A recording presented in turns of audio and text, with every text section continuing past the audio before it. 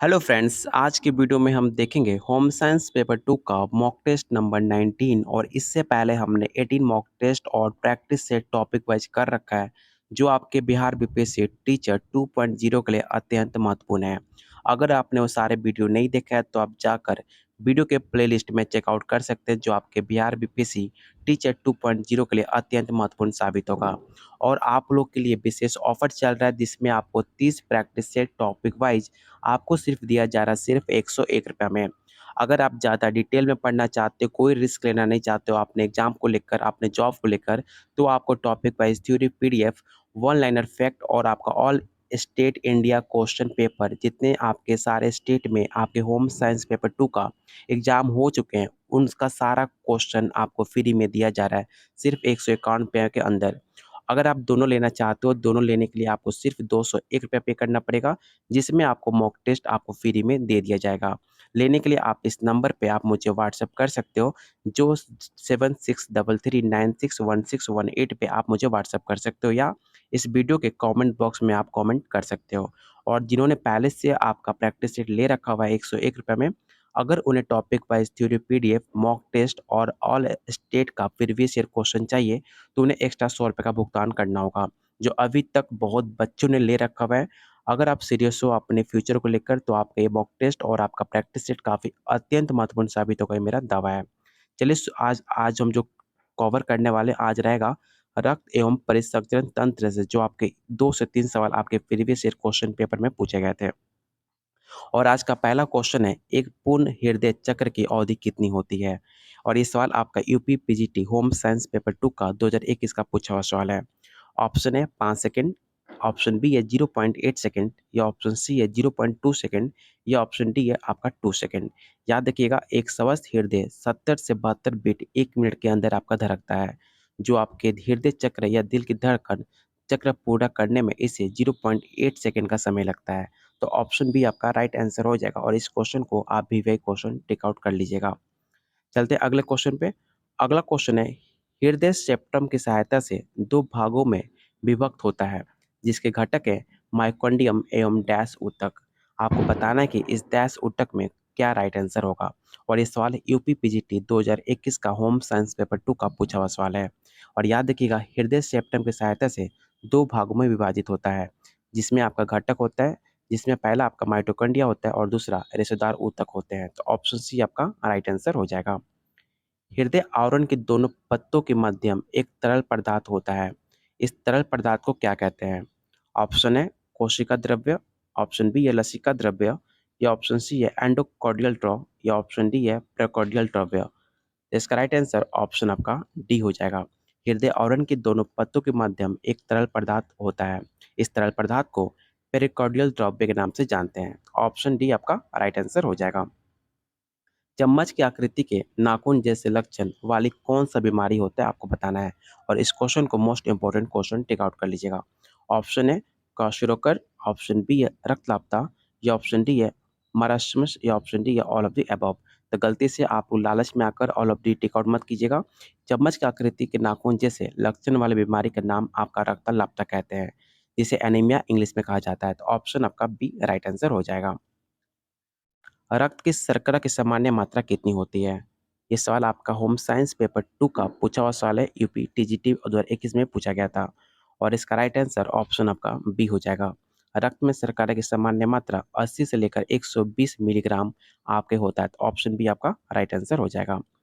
रक्त एवं ऊतकों में कीटोन बॉडीज एकत्रित कहाँ पर होता है, आपको बताना है।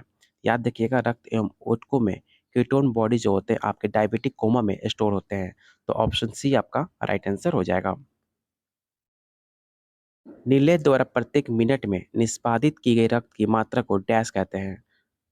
तो नीले द्वारा प्रत्येक मिनट में निष्पादित की गई रक्त को मात्रा को कार्डियक आउटपुट के नाम से जानते हैं। तो ऑप्शन आपका डी राइट आंसर होगा, इसे आप जरूर याद रखिएगा।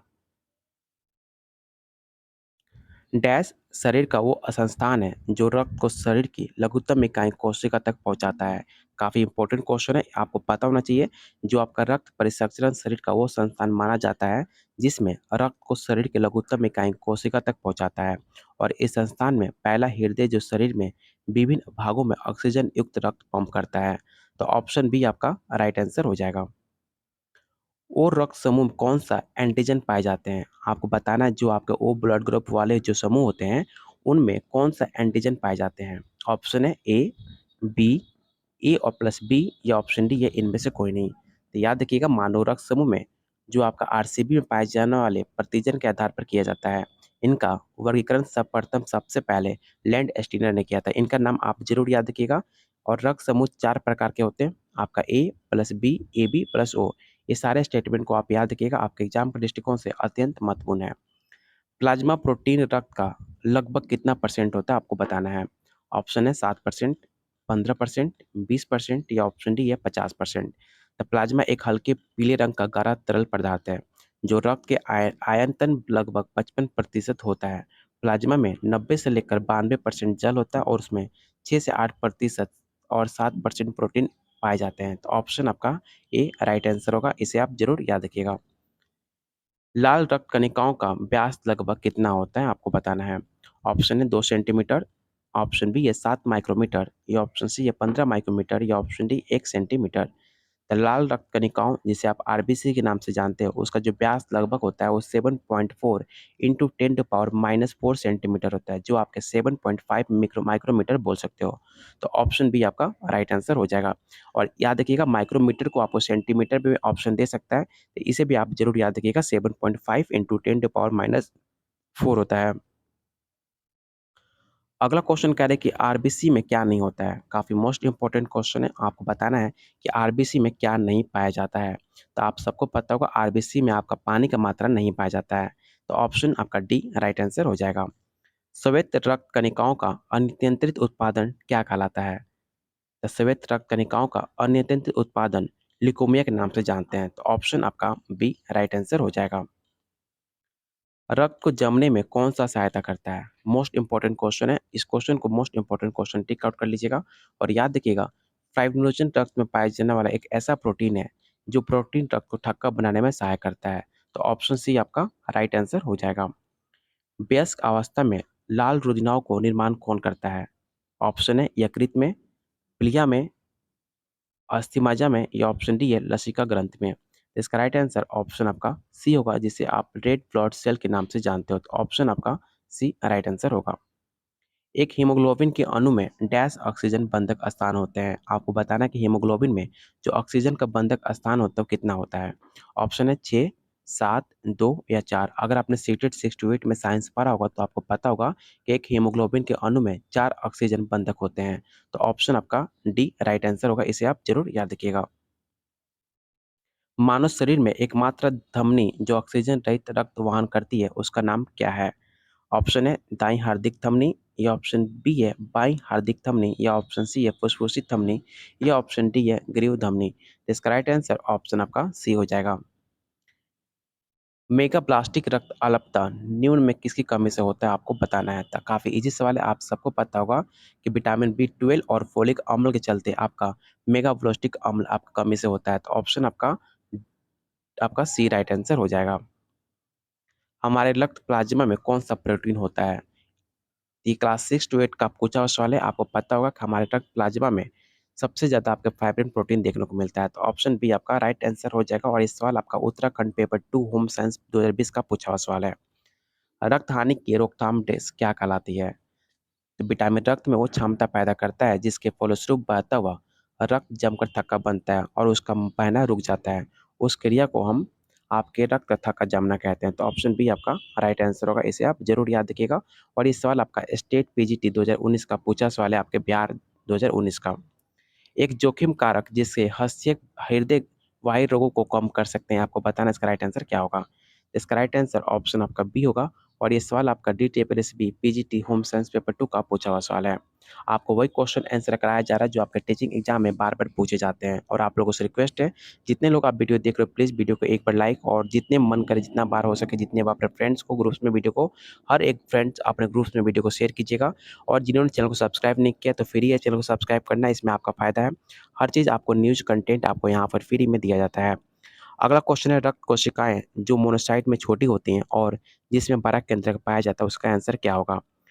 इसका राइट आंसर ऑप्शन आपका बी होगा। लिम्फोसाइट के नाम से जानते हैं, जिसमें आपकी मोनोसाइट काफ़ी छोटी होती हैं और इसमें बड़ा केंद्रक पाया जाता है लिम्फोसाइट में। अगला क्वेश्चन कह रहा है कि किसी एक समूह को सौहार्दता क्या माना जाता है? वर्ग ओ को, वर्ग ए को, या ऑप्शन सी या ब्लड ग्रुप बी, या ऑप्शन डी है वर्ग प्लस ए प्लस बी। तो इसका राइट आंसर ऑप्शन आपका ए हो जाएगा। आर एच तत्व क्या है? तो आर एच एक तरह का आपका एंटीटेड डॉट है, जिसको ऑप्शन ए आपका राइट आंसर हो जाएगा। अगला क्वेश्चन है, पुरकिंजन्य जंतु कौन होते हैं?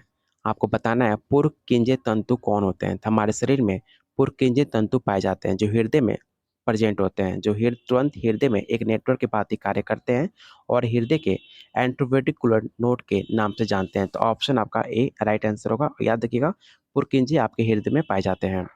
पुरकिंजन्य तंतु कहाँ पाए जाते हैं? तो अभी हमने बताया कि पुरकिंजन्य तंतु आपके हृदय में पाए जाते हैं। और ये देख सकते हैं सवाल कितनी बार आपके रिपीट हो चुका है। ये सवाल आपका गुजरात एग्जाम में पूछा गया था। और आज का लास्ट क्वेश्चन है, आपको बताना है स्वेत रक्त कणिकाओं में उत्पन्न रोग निरोधक क्षमता किस कोटि के अंतर्गत आती है? मोस्ट इंपॉर्टेंट क्वेश्चन है। इस क्वेश्चन को आप विवेक क्वेश्चन टिक आउट कर लीजिएगा। और इसका राइट आंसर ऑप्शन आपका बी होगा, प्राकृतिक रोग क्षमता। ऑप्शन बी आपका राइट आंसर हो जाएगा। उम्मीद करता हूँ आज की मॉक टेस्ट आपको पसंद आया होगा। तो प्लीज़ वीडियो को लाइक और शेयर करना बिल्कुल मत भूलिएगा। और जिन्हें आपको प्रैक्टिस सेट चाहिए और आपको मॉक टेस्ट चाहिए, टॉपिक वाइज थ्योरी पीडीएफ सारा कुछ आपको दिया जा रहा है सिर्फ 201 रुपये में, जो अभी तक आपके 100 प्लस से बच्चे ले रखे हुए हैं, जो आपके एग्जाम के दृष्टिकोण से काफ़ी अत्यंत महत्वपूर्ण है। लेने के लिए आप मुझे इस नंबर पे आप मुझे व्हाट्सअप कर सकते हो, जो आपके एग्जाम में काफ़ी हेल्पफुल होगा। चलिए बहुत जल्द मिलते हैं अगले क्लास में।